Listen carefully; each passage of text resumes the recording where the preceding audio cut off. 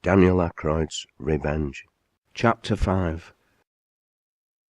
"Don't you think you should talk to me about it?"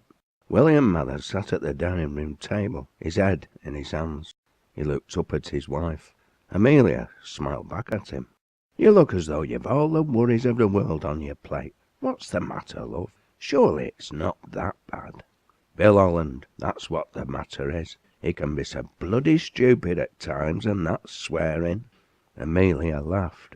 "Well, it's not exactly the first time I've heard you swear, and I dare say it won't be the last. What's Bill been up to?"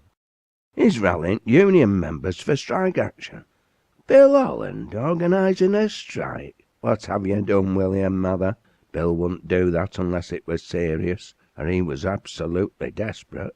"That's it, I haven't done anything. It's rest of bloody engineering employers.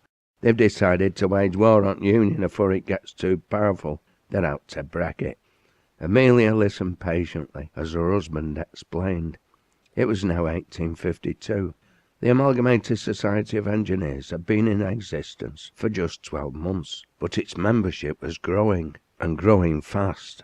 Essentially, it had the employers worried, not because it was particularly militant. Indeed, its leadership comprised moderate men committed to negotiation and the power of reason, but rather because of its potential strength. Up to that point in time, trade union organisation of any significance in the north of England tended to be confined to the cotton and silk textile workers of South East Lancashire and North East Cheshire, and the woolen industry workers of the West Riding of Yorkshire, plus the workers in the coalfields. The latter's organisation tended to be weaker than the former. Unlike the mill workers, miners lived and worked in small, isolated rural villages, and often in remote and disparate areas. The colliers' trade union organisation reflected this geographical situation, and it too tended to be fragmented and localised. At first, the workforce in the engineering industry comprised highly skilled craftsmen, all of whom had served apprenticeships in increasingly specialised crafts and trades, as the division of labour modern manufacturing required proceeded apace.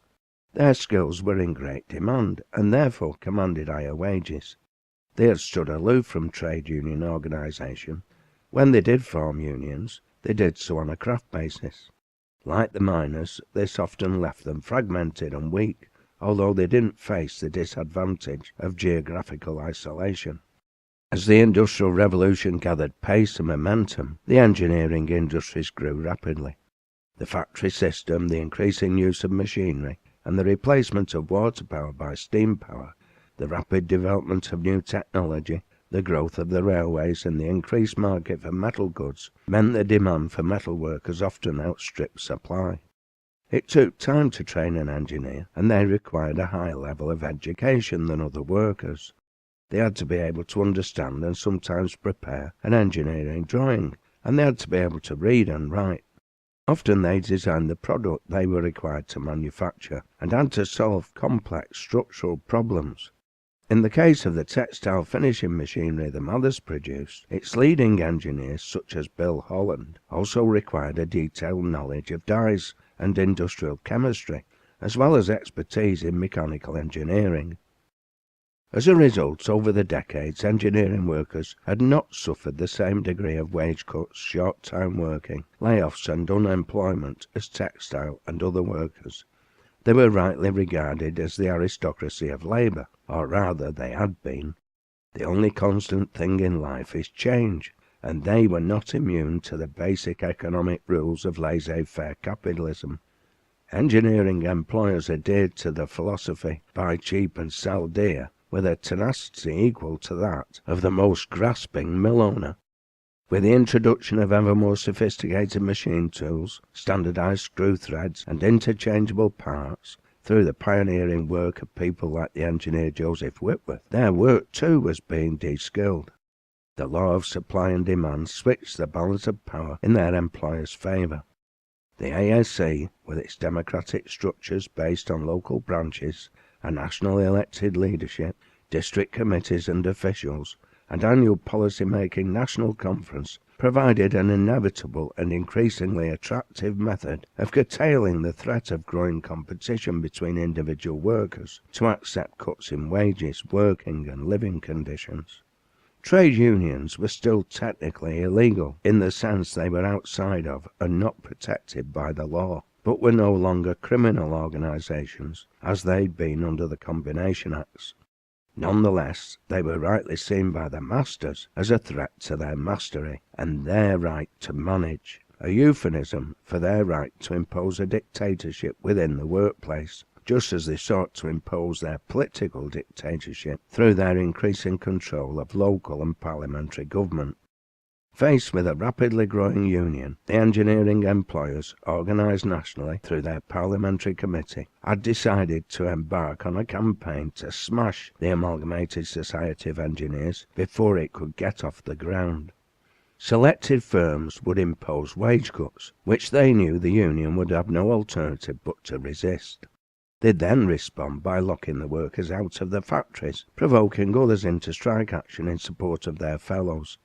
They reckoned the union would soon be bankrupted, its members forced back to work, broke, defeated, demoralised, and only too willing to accept the employers' terms, which were to include a signed declaration they'd resign from the Amalgamated Society of Engineers and not join or form any other union. On learning of this, William sought out his friend and key engineer, Bill Holland, to discuss the matter. The last thing he needed was lost production. To his dismay, Bill made it clear he'd help form the ASC, and, if such a policy was pursued by the employers in Manchester and Salford, he'd personally make it his business to ensure not a single engineering factory would be left unscathed.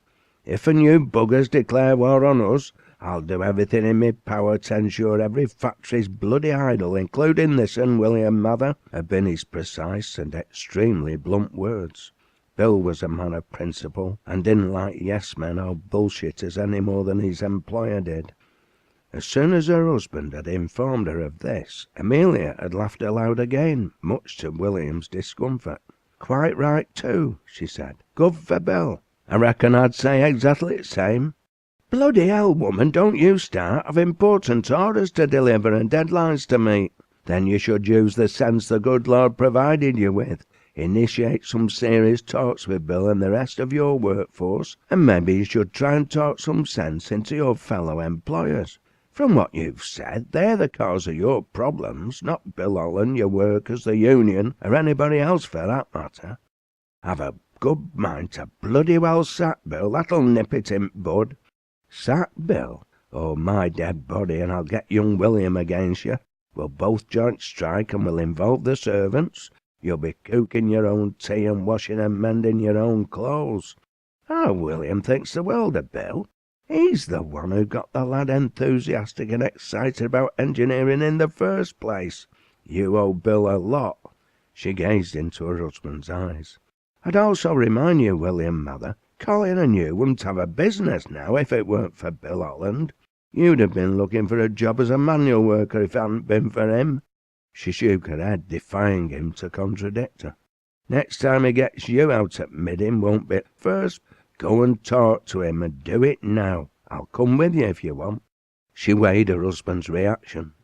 All the bluster had disappeared. He appeared deflated, hopeless and helpless. William had every right to feel that way because everything Amelia said was all too true, and he knew it. It was Bill who'd enthused young William. He first introduced the lad to the Mechanics' Institute before he started work. It was Bill who convinced the lad the best preparation for following in his father's footsteps and becoming a partner in the business was to become an apprentice working on the shop floor at the cutting edge of the enterprise.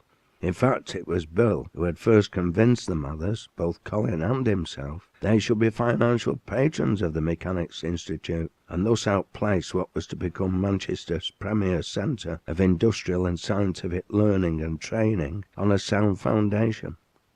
"Maybe I should go on my own. I'll organise the pony and trap. Is he still living near the Crescent?" "He's not at home," her husband informed her. "He's with our William. They're working on some new idea they've got. They're at Mechanics' Institute with young Daniel." "There you are," she declared triumphantly. Bill Holland's not fit to burn 1 minute, next you tell him he's helping our William and young Daniel in his own free time. You haven't the sense you were born with, William, mother, and that's a fact. Get your coat on, I've changed my mind, you're coming with me, like it or not." With that she left the room to grab a coat and bonnet and retrieve William's hat and coat. William breathed a deep sigh, mopped his furrowed brow with his pocket handkerchief, stood up, looked in the mirror over the fireplace, and smiled at his own reflection. If anybody could sort things out, Amelia could. When he'd married his childhood sweetheart, he thought he'd have a dutiful wife who'd rear his children and organise their domestic affairs, whilst he got on with the job of running the business and bringing home the cash. She'd done everything he'd asked, and done it admirably well, but like Bill Holland, Amelia was full of surprises, and nobody's fool. Amelia had taken the initiative of placing young William under Bill Holland's wing. She'd been worried her eldest son was in danger of taking their wealth for granted and might fall into the trap of thinking he could become a gentleman of leisure. Amelia came from good working-class stock, and she'd never allowed herself to forget it, nor anybody else for that matter, not least her husband. At that moment, Matthew Heatherall's coachman, James, brought the pony and trap to a halt outside the Theatre Royal, having enjoyed a quiet pint of beer at the circus on Portland Street. Irene, Rose and Constance were enjoying an evening at the theatre, and James had to take them home. However, Irene, Rose and Constance had decided to make a slight diversion. Both wished to have a word with young Daniel Ackroyd, and were intent on picking him up from the mechanics to provide him with a lift to Ancoats. Thus, 2 rather formidable women, one the daughter of a highly successful cotton mill owner, and the other the wife of a leading engineering factory owner, were destined to meet for the first time in years. At the same time, Constance would come into contact with a rather remarkable and attractive young man, who had the advantage over Daniel Ackroyd of being 12 months younger, and therefore closer to her own age, as well as coming from a rather wealthy background. "There you are, Daniel." Irene, Rose and Constance had stepped through the impressive doors of the Mechanics' Institute on Cooper Street as Daniel, Bill and William were about to leave. "Hello, Connie and Rose. I didn't expect to see you here. Is something the matter?" Before they replied, he remembered his manners. "This is Mr. Holland, and this is William Mather," he said rather formally. He turned to his work colleagues. "This is my aunt, Irene Rose, and Constance, her daughter." The introductions made, Irene Rose held out her hand. "I'm pleased to meet you, Mr. Holland. Daniel's always talking about you and young Mr. Mather." She smiled and they shook hands all round. This delay was rather lucky, not least from William and Amelia Mather's point of view, because if it hadn't taken place, Bill Holland and their son would have been on their way back home to Salford, and their journey wasted. As it happened, their pony and trap was pulling in behind the hedgerows as the introductions were coming to a conclusion. Now it was young William's turn to be surprised. He was an independent young man and didn't like the idea of not being trusted with making his own way home. "Why on earth are you here, Mother?" "I've come to see Bill. He and your father need to talk." She looked Bill Holland in the eye as her husband stood behind her looking slightly sheepish. "With due respect, Mrs., Bill Holland responded politely, "if the husband wishes to speak to me, he can ask for a meeting in his own time. He knows where I'll be at 6 tomorrow morning." Intrigued, to say the least, Irene Rose's well-owned political instincts informed her not to leave. It sounded like there might be trouble at the mill, or at least the Salford Ironworks. "Less of the missus, Bill Holland," Amelia retorted.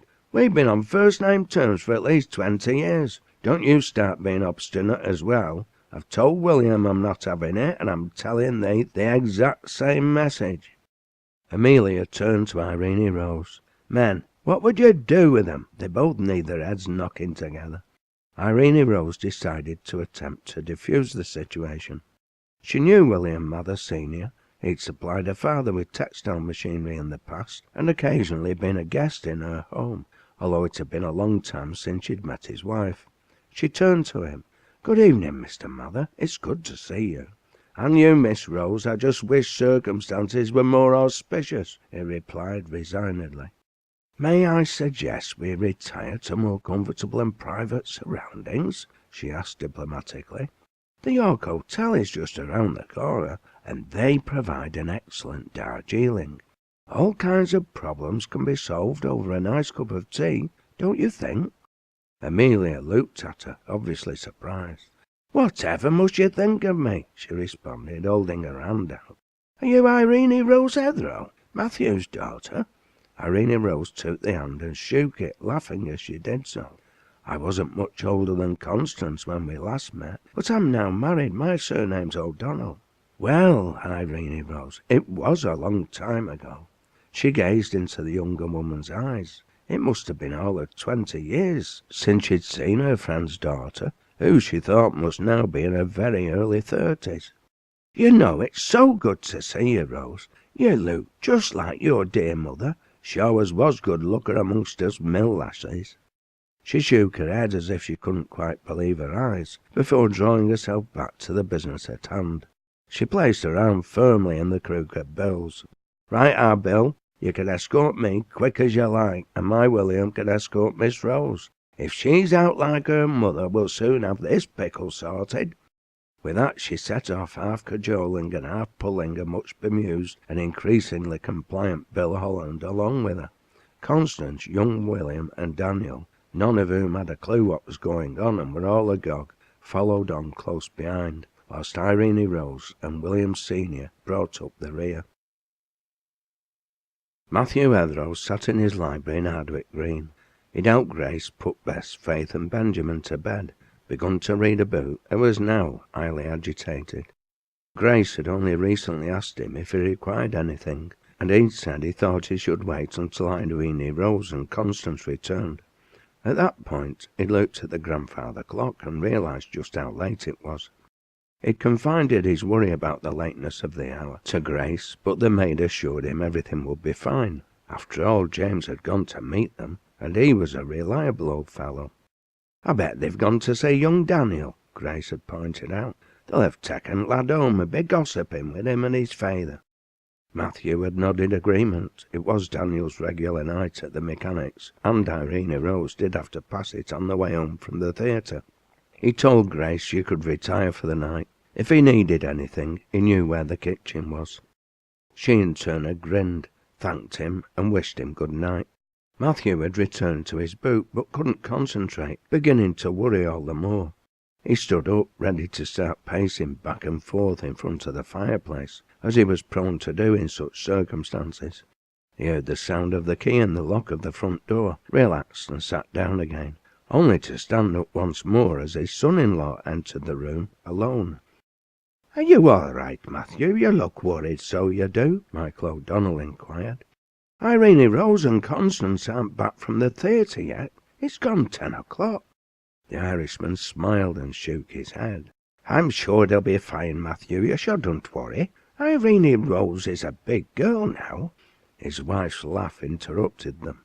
"I'm not that big," she said, surprising both as she entered the room. "How did you get in? I've been worried sick. Where have you been?"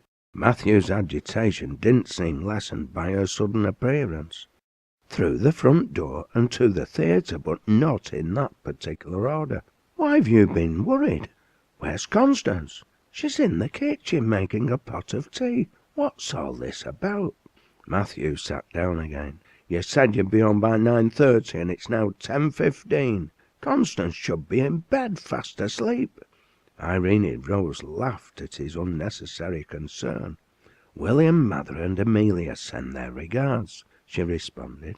"They're visiting for dinner on Saturday evening, accompanied by their son. Young Daniel will attend as well." "Oh," Matthew replied, "that's nice, but how did you meet them, and why are you so late?" "I've been mediating along with Amelia Mather to prevent unnecessary industrial action," Irene Rose replied, smiling somewhat mysteriously. "Ah, here's Constance with the tea, just in time." Matthew looked at Michael as Irene Rose rallied to her daughter's assistance. Michael shrugged his shoulders, indicating he knew nothing, which of course he didn't. Like Matthew, he was ignorant of any planned industrial action. All was quiet for once as far as he was aware. He'd attended a meeting with John Doherty and James Leach earlier in the evening to discuss the printing of election leaflets. If anybody had advance warning of impending trouble, within or without the textile industry, it would be them. Neither had said anything. Irene Rose was either exaggerating or was privy to information others weren't. Knowing his wife, the Irishman was sure it would be the latter, and she'd soon share her knowledge. Michael proved to be quite right. Once the tea had been poured, Irene Rose informed them of the engineering employers' plan to break the Amalgamated Society of Engineers, and its potential effects on the relations between the Mathers and their employees, in particular those between Bill Holland and William Sr. Both Matthew and Michael knew the two men had enjoyed a good working relationship and a close friendship over many years. She related how Amelia had asked Bill and her husband if either welcomed the prospect of a dispute. After much huffing and puffing, the brandishing of fine statements of principle and preening of feathers, both admitted they didn't. Amelia argued they were allowing themselves to be swept along by a tide of events that wasn't of their making or of their choosing, and they shouldn't allow themselves to be put in that position. If you fell in the Irwell, you wouldn't let yourself be swept into the Mersey and out to sea, would you? She'd asked. You'd swim and make your way to the safety of the bank, or at least try to. That's what you have to do now. You can allow yourselves to be swept along by the current and drown, or you fight and resist. She'd locked on to her husband's eyes. You're an employer, William, but your fellows are adopting a course that's morally wrong, she'd said. You have to make a stand and break with 'em. Your workforce has stuck by you through thick and thin, but there's more to it than that. It's not in your customers' interests, and it's not in your interests. Fail to deliver your orders, and you could be bankrupt, and bankrupt pretty quick. You need to fulfill your obligations, and make sure your current orders go out on time. I know, I've seen the books. I can get a job in a mill, but what would you do? You'd be competing with Bill and all the rest for a job back on the shop floor, with an employer that's not half the man or engineer you are, and who delight in constantly humiliating you. Once she'd managed to focus their attention on the real problem, how they were going to react to the events about to be unleashed upon them, the two men hammered out a plan. William agreed to address a meeting of his employees and make it clear he'd no objection to any of them being a member of a union, that he didn't agree with either the aims or the methods of those employers wishing to break the ASC, to force strikes or implement lockouts, and he would not be involved. Bill in turn agreed to do his best to convince the workforce not to take strike action, but show solidarity with their fellow union members by setting up and donating to a strike fund and in any other ways open to them. If any marches or demonstrations were organised in support of the union, they should participate, but obviously not be paid for time off. They'd also ensure essential work in the factory was carried out in such circumstances. Bill and William agreed to keep each other informed of any new developments. Once the two had made up, reached agreement and sealed it with a handshake, Amelia said she thought the company should consider donating to the strike fund anonymously, and she intended to raise the question with her brother-in-law, Colin, the senior partner. She asked Bill not to mention this in his discussions with his workmates, firstly because she may not be able to win Colin's agreement, and secondly because she didn't want the workforce to see it as a bribe. On that basis the party split up, Bill Holland and young William travelling back to Salford in the Mathers pony and trap, whilst Irene Rose and Constance gave Daniel a lift back to Ancoats. As soon as his daughter had concluded her explanation of events, Matthew asked, "When's all this due to take place?" Irene Rose admitted William Mather didn't know. "So it may not happen. The employers have agreed a policy, but not a timetable for its implementation." Irene Rose nodded, but pointed out William Mather was sure the employers would carry out their plan. "Right," Matthew said. "The first thing we need to do is write a letter informing David Morrison of what we know. And Michael needs to start warning all his trade union colleagues first thing tomorrow. The ASC is going to need support. Forewarned is forearmed, and their first priority is to start raising funds. Once they lock workers out, they'll keep them out to the point of starvation. If the engineering employers are serious and can maintain any degree of unity between themselves, this will be the biggest industrial dispute since the 1842 strike, and it could be potentially disastrous for other industries. Why, grandfather? Constance wanted to know. Because machinery wears out, Constance, my love. It breaks down and needs maintaining. That's why we lubricate it and keep it clean and employ maintenance engineers to look after it. Essential parts have to be replaced before they wear out, and without engineers and the engineering industry, there is little anybody can do. In this day and age, without machines, we can't produce textiles or anything else for that matter. We can't maintain the railways or transport goods. Serious issues are at stake which have ramifications well outside the engineering industry. Constance nodded her head, and then thought for a moment before asking her next question. If the masters paid the same attention to their workers' needs as they care for their machines, won't the world be a better place, grandfather? Both Matthew and Michael laughed at this succinct and accurate observation, masquerading as a question from an innocent abroad. Irene Rose looked at her daughter, more than pleasantly surprised. She'd always been careful not to impose her own views on her children, but Constance was at a stage in life where she was seeing the world anew.